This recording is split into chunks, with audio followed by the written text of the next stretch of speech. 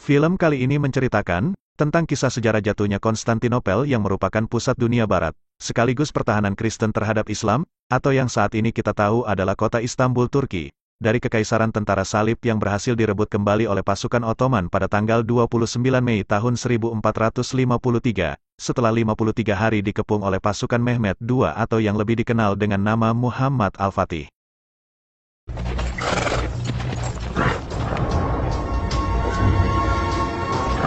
Selamünaleyküm. Kalos Andomosikan. Buranın hükmüne uydum. Bu durumda çok kan dökülecek. Sizin kanınız.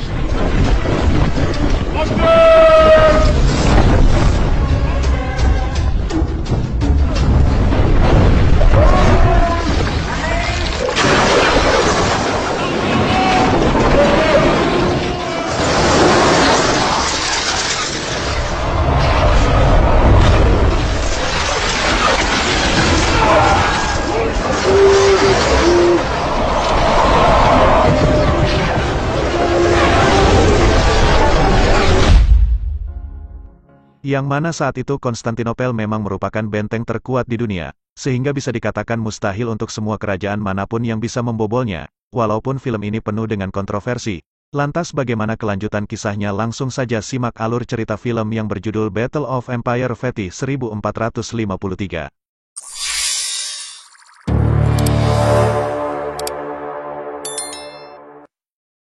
Film pun dimulai saat mengulas kembali masa dahulu, tentang ilustrasi dialog antara Baginda Rasulullah dengan para sahabatnya pada tahun 627 Masehi di kota Madinah, dan kala itu beberapa tahun sebelum Baginda Rasulullah wafat, tentang sabda beliau yang mengatakan bahwa Konstantinopel nanti akan jatuh ke tangan Islam, dan saat nanti pemimpin yang menaklukkannya adalah sebaik-baiknya pemimpin, lalu pasukan yang berada di bawah komandonya adalah sebaik-baiknya pasukan. Singkat cerita, scene pun selanjutnya berpindah jauh ke tanggal 29 Maret tahun 1432 di kota Edirne, Turki, di sebuah istana Sultan Murad II yang saat itu menjadi pemimpin Kekaisaran Ottoman. Namun setelah ia selesai membacakan surat Al-Fat saat itu, langsung terlihat seseorang memberikan kabar baik padanya, bahwa istrinya Umar Atun telah melahirkan anak laki-laki. Sağlıklı bir erkek evlat dünyaya getirdi sultanım. Peygamber Efendimiz'e hürmeten adı Mehmet olsun. Adını ben verdim, kaderini Allah. Dan atas kelahiran anaknya itu, banyak keajaiban-keajaiban Allah yang terjadi seperti tanaman yang kala itu langsung tumbuh subur, dan juga banyaknya kaum wanita saat itu melahirkan bayi kembar laki-laki, dan sebagainya. Lalu singkat cerita, ketika saat itu Mehmet kecil sudah tumbuh dewasa dan berusia 19 tahun. Dan terlihat dia sedang melakukan olah fisik latihan pedang, dengan sahabatnya yang bernama Hasan. Yang mana Hasan sendiri adalah seorang kesatria pasukan Utsmaniyah, yang sangat kuat, bahkan ayah dari Hasan pun juga meninggal syahid, karena tragedi pengepungan Kosovo pada masa pemerintahan Sultan Murad saat itu. Dan Mehmet muda kini sudah menikah, dengan seorang wanita bernama Gulbahar, dan dikaruniai seorang anak laki-laki, yang bernama Bayezid, walaupun saat itu mereka harus terpisah dari istana, dan tinggal di pengasingannya di kota Saruhan Sensagi. Semua itu terjadi ketika 5 tahun yang lalu di mana saat itu Mehmet muda naik tahta menjadi seorang sultan, pada usianya yang masih berumur 12 tahunan. Dikarenakan ayahnya Sultan Murad saat itu tak mampu meredam konflik antara penasehat dan pemberontaknya. Namun saat itu pula Sultan muda digulingkan oleh Perdana Menteri, yang bernama Halil Pasha, di masa pemerintahan ayahnya kemudian kembali mengangkat ayahnya untuk menjadi sultan, dengan alasan kekhawatiran akan ancaman yang lebih besar dari tentara salib, karena saat itu kerajaan Utsmaniyah dipimpin oleh seseorang yang belum dewasa. Dan lalu setelah mereka selesai berlatih, seorang pembawa pesan itu datang menghadap dari istana, dengan membawa sepucuk surat, yang ternyata mengabarkan akan kematian ayahnya saat itu. Saat itu pula Mehmet kembali naik tahta secara sah, dan dengan segera mendatangi jasad ayahnya di istana Edirne.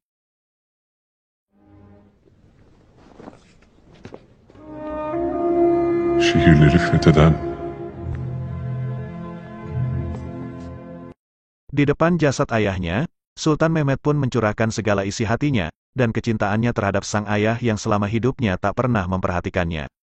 Sultan Mehmet juga bersumpah bahwa beliau akan melanjutkan cita-cita ayahnya itu untuk menaklukkan kota Konstantinopel, dan lalu akhirnya berita kematian Murad II akhirnya sampai kepada Kaisar Bizantium, yaitu Kaisar Konstantin XI, dan para penasehatnya.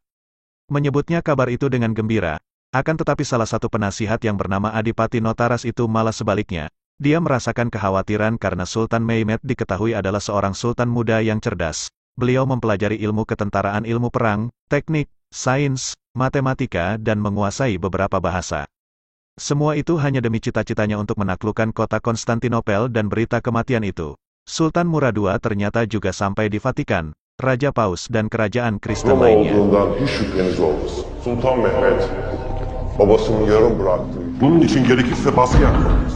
Ben Sultan Mehmet'in babasından daha Lalu di awal masa pemerintahannya, Sultan Mehmed itu, banyak penduduk yang meragukan kepemimpinan beliau, karena sebelumnya beliau pernah digulingkan dari kekuasaannya, tapi beliau malah kembali mengangkat Halil Pasha, orang yang telah menggulingkannya dari tahta kala itu, sebagai Perdana Menterinya.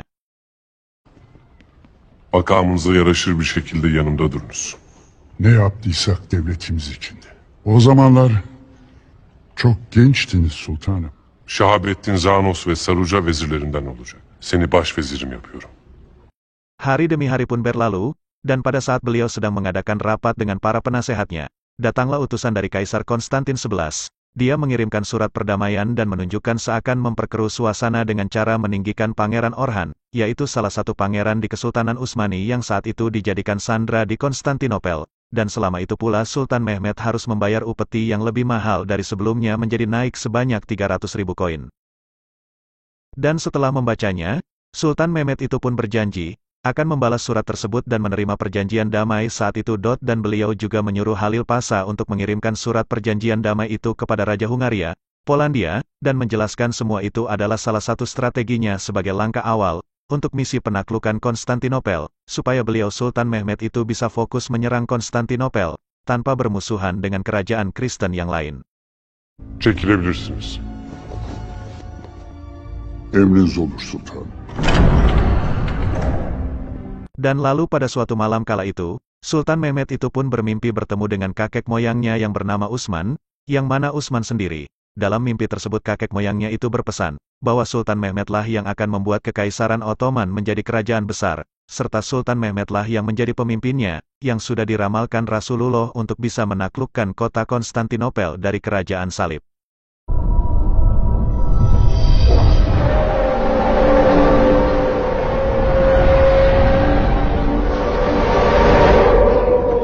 Setelah mendapatkan mimpi itu, keesokan paginya Sultan Mehmed langsung mengutarakan rencananya itu kepada para penasehatnya, dan memerintahkan untuk membuat 100 kapal dan 3 meriam raksasa dalam waktu setahun, seolah-olah saat itu Sultan Mehmed itu membuat suasana akan terjadi peperangan. Dan mendengar berita tersebut, Perdana Menteri Halil Pasha dan penasehat lainnya menyatakan keberatan, karena menurutnya rencana tersebut hanya akan membuat kekuasaannya semakin menurun, karena khawatir rencananya itu akan mengarah kepada perang salib baru. Namun sanggahan tersebut ditolak mentah-mentah oleh Sultan Mehmed dan beliau berkata, hidup itu adalah untuk mencatatkan sejarah, bukan untuk menjadi seorang pengecut. Ecdadımın bana öğrettiği çok değerli bir şey var Lala. Tarih yazmak korkaklara göre bir iş değildir. Lalu singkat cerita, Sin pun berpindah ke pelabuhan Genoa, Italia, yang dalam pelengkap film ini, kita diperlihatkan oleh seorang wanita, asal Hungaria yang bernama Era, dan ia pun si Era ini cuy. Saat itu terlihat dia menolak lamaran dari Zeus Diniani, yang mana Zeus ini adalah salah seorang petinggi ksatria Romawi, untuk menemui ayahnya yang bernama Urban. Dan ternyata mereka berdua itu adalah seorang ilmuwan perang yang pandai dalam membuat senjata, yang selama ini telah dimanfaatkan oleh kubu pasukan salib, dan ia pun menyampaikan kepada ayahnya Urban bahwa Adipati Notaras itu menolak rancangan katrolnya, dan menginginkan Urban untuk membuatkan meriam raksasa untuknya, namun Urban menolaknya dengan keras. Sementara di Istana Konstantinopel malam itu, para petinggi kerajaan semua sedang merencanakan strategi busuk, untuk memanfaatkan keadaan dalam situasi perpecahan di kubu Utsmaniyah. Dengan mengkambing hitamkan pasukan Ibrahim saat di kota Karaman, untuk melakukan perang saudara melawan pasukan Sultan Mehmed II di Edirne. Bu zaaftan faydalanmalıyız İlyas Bey. Osmanlılardan kurtulmanın tam zamanıdır. Dan dari rencana itu, Pangeran Orhan yang selama ini telah membelot dan bersekongkol dengan Raja Konstantin, bersedia untuk memfitnah Sultan Mehmed, dengan cara membuat surat yang akan dikirim kepada Sultan Ibrahim di Karaman, dan surat itu pun direkayasa dengan tanda tangan Perdana Menteri Halil Pasha, lalu aliansi kerajaan salib lainnya, seolah-olah mendukung pasukannya, untuk menghancurkan kerajaan Sultan Mehmed saat itu.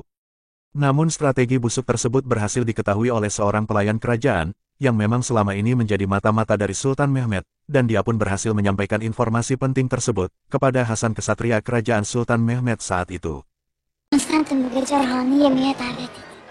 Lalu saat itu, pasukan Hasan pun menghadang dan menyerang mendadak pasukan dari Konstantinopel yang sedang dalam perjalanan untuk mengantarkan surat busuk tersebut, dan dengan gagah dan beraninya Hasan didampingi sahabatnya berhasil melumpuhkan mereka dan berhasil mendapatkan suratnya saat itu.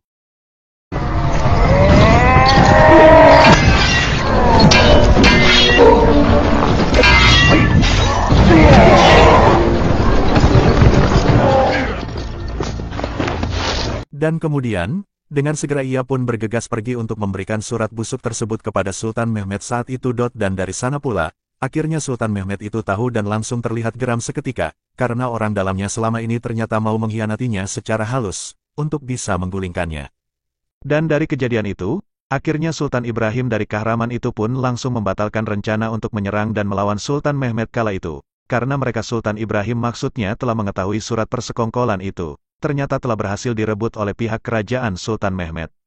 Dan pada akhirnya untuk menutup konflik tersebut, Sultan Ibrahim langsung mengumumkan berita untuk menyerah, dan menginginkan perjanjian damai dengan Sultan Mehmed seketika, dan Sultan Mehmed pun beliau kemudian langsung memerintahkan pasukannya untuk membawa Sultan Ibrahim si pengkhianat itu ke hadapannya, demi bisa memperbaiki hubungan aliansi sesama kerajaan Utsmaniyah lainnya. Belki kaderin böyle yazılmıştır. Yoksa ölümün elimden olacak. Lalu Sultan Mehmed pun juga memanggil para perdana menterinya termasuk Halil Pasha, untuk menanyakan tentang isi surat itu, yang terdapat tanda tangannya. Walaupun Halil Pasha yang tak mengakui dan telah mengetahui akan fitnah yang ditujukan padanya itu, ia pun menerimanya, dan dari sana pula, Sultan Mehmed itu akhirnya memberikan pelajaran kepada seluruh bawahannya dan menghukum siapapun orang yang terindikasi untuk menjadi pengkhianat dalam pemerintahannya, dan semua itu dia lakukan untuk menguji kesetiaan dari semua orang kepercayaannya. Perdana Menteri Halil Pasha saat itu tahu bahwa Sultan Mehmed saat itu pasti marah besar, dan Halil Pasha pun saat itu dia telah berpasrah diri, untuk dihukum mati sekalian dia akan menerimanya, dan malam itu pula Sultan Mehmed akhirnya memanggilnya. Sultanımız size emretmiş paşam. Allah. Muhammed'e Buraya gel. Yaklaş. Dan saat itu, Sultan Mehmed pun ternyata malah meminta pendapatnya, untuk memberikan masukan strategi perang dalam rencananya untuk bisa menginvasi kerajaan Konstantinopel. Latin devletleri de şu iki burcun yapımı sana ait olacak. Her halükarda kan dökülür. Dan dari pertemuan itu lalu keesokan harinya, Perdana Menteri Halil Pasha dipercaya Sultan Mehmed untuk memimpin pembangunan benteng, yang diberi nama Kastil Rumelia di Bogaskasen, yang terletak di sebuah bukit di sisi Eropa dari Selat Bosporus dengan tujuan untuk mencegat seluruh bantuan-bantuan yang masuk dari Eropa yang menuju Konstantinopel, dan keputusan pembangunan benteng itu pun begitu mendadak, sampai terlihat sangat mengejutkan pihak kerajaan Konstantinopel. Sultanımız! Şehrimizde açlığa mahkum edecek. Kuşatmaya hazırlanıyor. Burnumuzun dibine gelmiş, hisar yapıyor. Kardeşlerime haber verin. Ordularını toplayıp buraya gelsin. Çalışın! Dan saat itu pula, Kaisar Konstantin XI itu terlihat panik seketika dengan segera ia pun mengirimkan surat kepada aliansinya, terlebih lagi kepada Raja Paus, untuk menanggapi apa yang telah dilakukan Sultan Mehmed saat itu. Dan dia juga meminta kesatria Romawi Zeus, untuk ikut serta membantu pertahanan mereka, dan berencana membentuk tentara yang tangguh, untuk menakuti dan mengurungkan niat Sultan Mehmed tersebut. Namun ketika itu Sultan Mehmed tahu, bahwa aliansi mereka sedang dalam masalahnya sendiri-sendiri, seperti Prancis dan Inggris saat itu saling berperang, sedangkan Jerman sedang menghadapi konflik pemberontakan di internalnya, hingga kecil kemungkinan untuk mereka bisa membantu Konstantinopel saat itu. Sefere çıkacağız. Kendi çıkarlarını da fetihten yana görmeye başlasan iyi olur.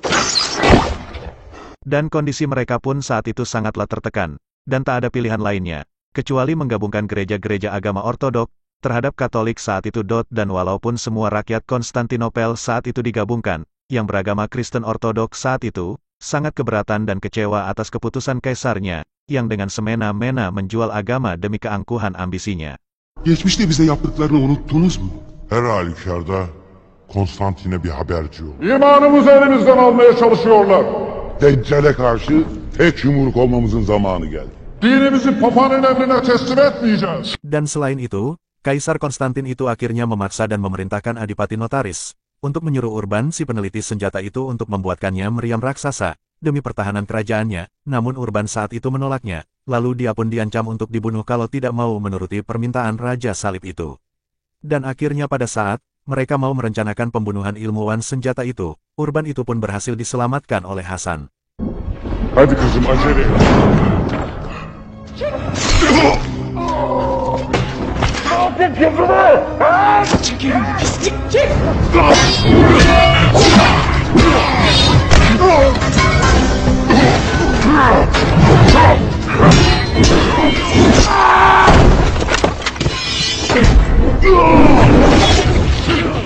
Dan akhirnya, sebagai tanda jasa, Urban dan putrinya Era itu berpaling dan langsung mendukung pasukan Sultan Mehmet, dan bersedia memenuhi permintaan dari Sultan sebelumnya untuk membuat meriam raksasa yang belum pernah ada sepanjang sejarah. Konstantiniye'nin surlarını yerle bir edecek. Dilediğiniz büyüklükte topu dökebiliriz. Tarihin bir daha göremeyeceği büyüklükte bir top dökmeni istiyorum. Seni ve yardımcını aramızda görmekten memnun oldum. Sağ olun efendim. Kolay gelsin. Sağ olun. Sultan Mehmet terus mengupayakan persiapan untuk perangnya, dan beliau pun menyuruh Hasan untuk terus mengawal dan mengawasi pembuatan meriam raksasa saat itu. Muzaffer eyle.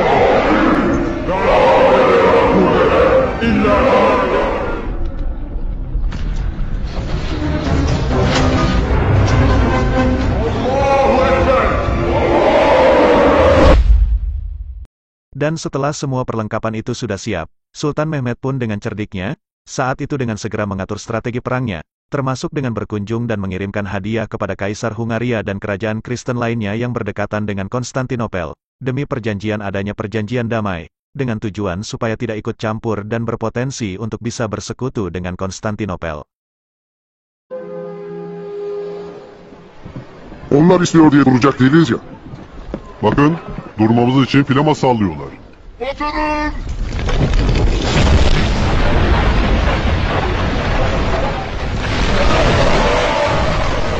Dan sedangkan di pihak Konstantinopel sendiri, saat itu Kaisar Konstantin XI memerintahkan pasukannya untuk memasang rantai besi raksasa di bagian selatan Golden Hold yang merupakan tembok terlemah benteng itu, karena benteng itu hanya memakai tembok satu lapis saja, sehingga sangat rentan terbobol kalau tidak dilindungi oleh rantai besar itu, supaya kapal-kapal dari pasukan Sultan Mehmet tidak bisa masuk ke selat tersebut.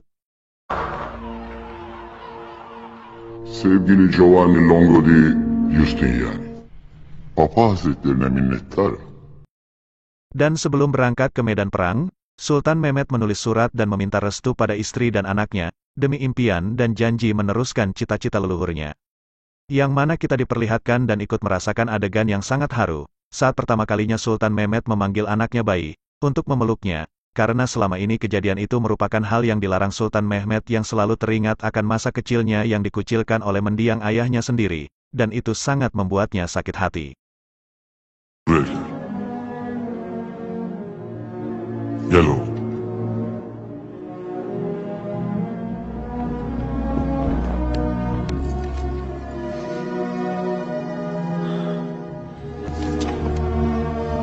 Baba, Bunu sana yazdım.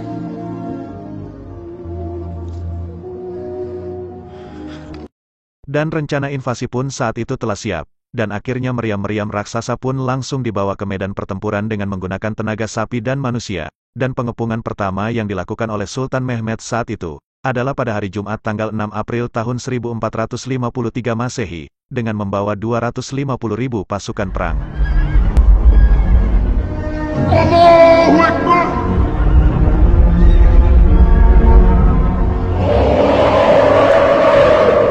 Dişlerini gırtlağımıza geçirmek, himayetindeki sınırlarımızı... Namun kala itu, kita diperlihatkan, sorak-sorai dari Raja Konstantin tersebut, yang berusaha menyatukan masyarakatnya untuk bersiap menghadapi orang Turki, maksudnya pasukan Sultan Mehmet cuy.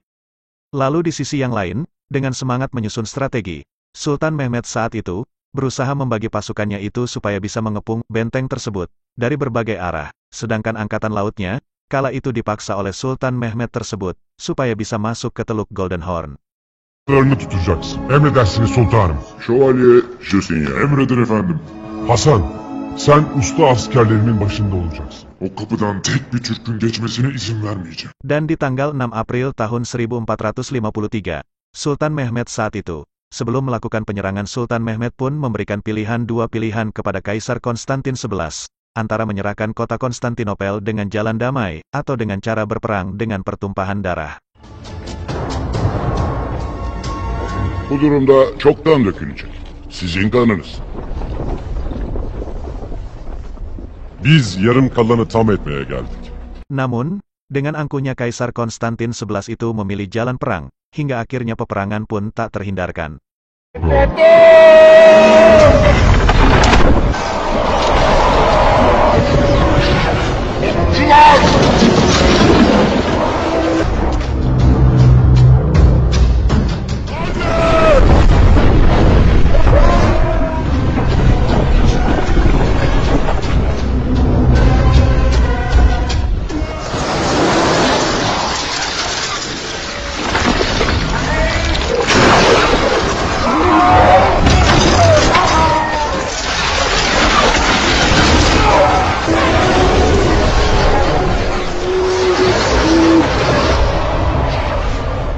Dan akhirnya pelontar batu itu pun mulai dikerahkan. Lalu pada hari itu juga meriam basilika atau meriam raksasa itu pun untuk pertama kalinya digunakan dalam sejarah, dan berhasil membuat celah pada tembok Konstantinopel walau belum membuahkan hasil yang maksimal.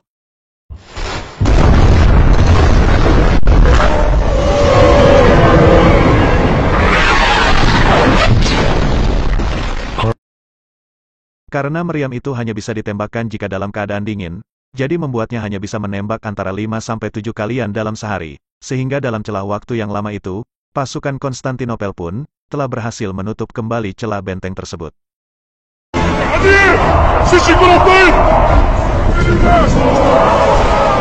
Banyak korban berjatuhan di kubu Sultan Mehmet, karena pasukan-pasukan perangnya diserang habis-habisan oleh pasukan Kaisar Konstantin, sebab posisi mereka yang menguntungkan, serta dibantu dengan senjata artileri atau pemanah dan serangan mematikan oleh yang lebih dikenal dengan semprotan api Yunani, hingga dalam peperangan hari pertama itu akhirnya dimenangkan oleh kubu salib Konstantinopel.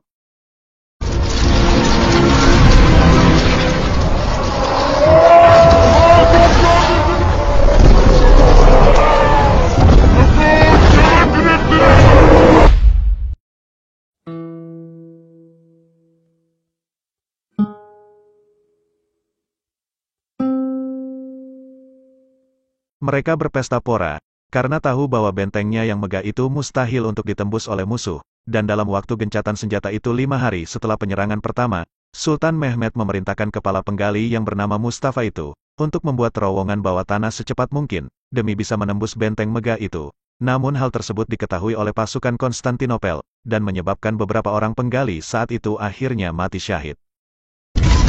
Sessiz olun. Çabuk yavaşla.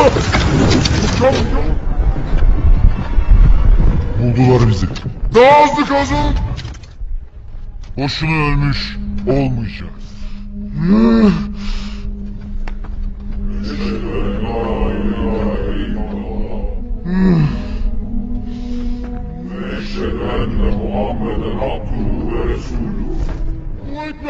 Allahu Ekber. Allahu Ekber.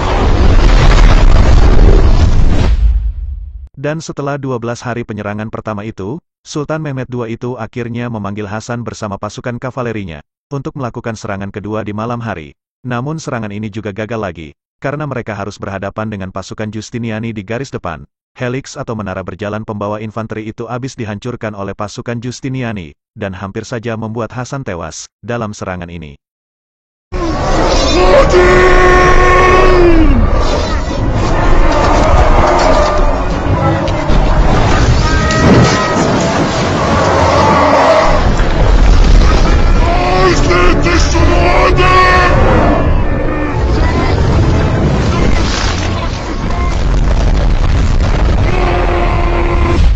Hari demi hari akhirnya berlalu begitu cepat, serangan demi serangan pasukan Sultan Mehmet itu pun berhasil dikalahkan oleh pasukan Konstantinopel, dan Sultan Mehmed sendiri yang saat itu terlihat galau cuy dan frustasi, karena saat itu terdengar dari telik sandi Sultan Mehmed, kalau 3 kapal bantuan besar dari Raja Romawi itu berhasil datang dan bergabung dengan Konstantinopel.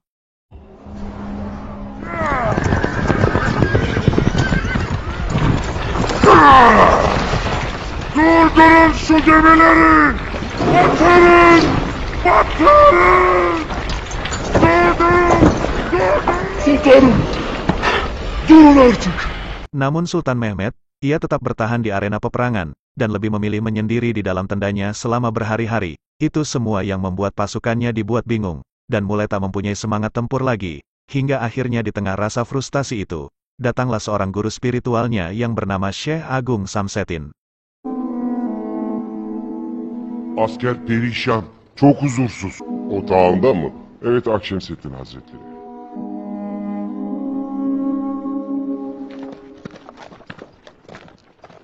Dan dalam kunjungannya ke medan perang tersebut, Syekh Agung itu mengajak Sultan Mehmed untuk membuktikan apa yang telah dia mimpikan saat itu. Yaitu untuk bertemu dengan mendiang salah satu suhada yang bernama Abu Ayyub dan menunjukkan makamnya, yang selama ini tak pernah diketahui, yang mana Abu Ayyub ini juga pernah ikut serta dalam penyerangan Konstantinopel waktu itu bersama pasukan Islam yang lainnya. Dan beliau juga tidak pernah meninggalkan tempat tersebut, hingga akhir hayatnya. Lalu Syekh Agung sendiri juga telah meminta petunjuk bahwa dalam penyerangan kali ini, ia melihat kemenangan beliau Sultan Mehmed. Namun juga gurunya itu berpesan kepada Sultan, agar tidak menyerah di tengah jalan, karena apabila Sultan tidak melakukannya sekarang, beliau tidak akan pernah bisa melakukannya lagi. Derhal ordunun başına geçmelisin. Sert rüzgarlar, yüksek dağlardaysa. Eğer bunu şimdi yapmazsan, bir daha asla yapamayacaksın. Ben bu şehri fethetmeden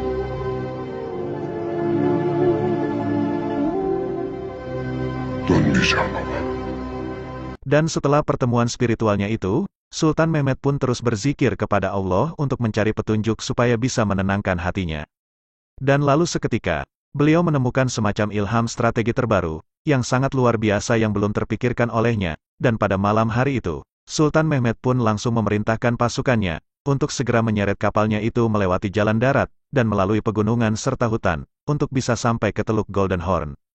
Di mana tempat tersebut adalah tempat terlemah, dari benteng Konstantinopel, yang saat ini mustahil untuk dilewati oleh pasukannya, dan strategi tersebut, tak pernah terpikirkan sebelumnya oleh Kaisar Konstantin itu, sehingga membuat mereka panik dan kalang kabut. Surların en zayıf olduğu Haliç tarafını ele geçirmeye çalışıyor. Merhamet edin. Askerlerim! Düşmanlarımızın bizi yok etmek için geçmişimiz zaferlerle dolu. Göğsümüze uzattığı kılıçlarını kırdık, nice zorlu kaleleri, şehirleri aldık. Bugün burada bize düşen bayrakları alaşağı ettik. Allahu Ekber! Sabah olduğunda Allahu Ekber!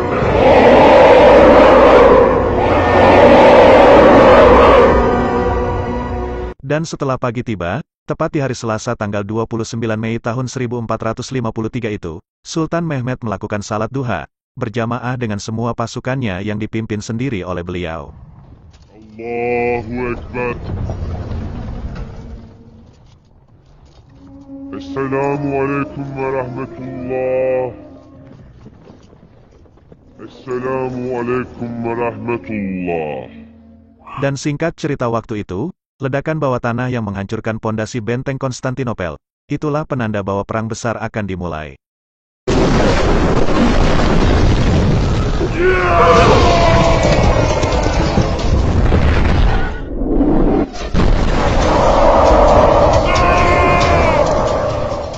Dan di hari yang cerah ini, kemegahan benteng Konstantinopel itu, tinggallah cerita buat anak cucu cuy, karena di pagi itu, benteng megah itu berhasil runtuh sehingga pasukan Ottoman berhasil merangsek masuk dan melumpuhkan garis pertahanan depan. Dan semua warga pun panik, sehingga berlarian semua untuk menyelamatkan diri, dengan bersembunyi di gereja Sofia, yang kemudian untuk pertama kalinya Hasan ini bisa berhadapan langsung dengan Giustiniani, hingga akhirnya Zeus pun dikalahkan dan meninggal saat itu juga.